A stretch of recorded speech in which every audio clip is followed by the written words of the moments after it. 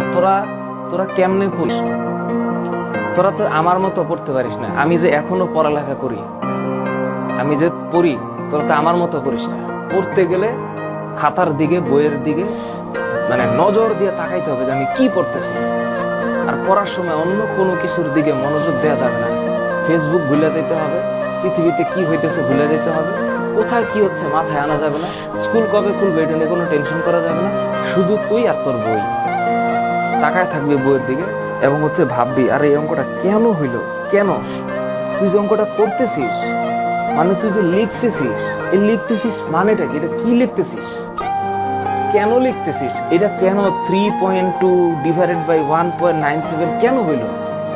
তারপরে যে লিখলি তুই 1.2, তাহলে এটা আমি কেন লিখলাম? উপরের সাথে নিচের সম্পর্কটা কোথায়?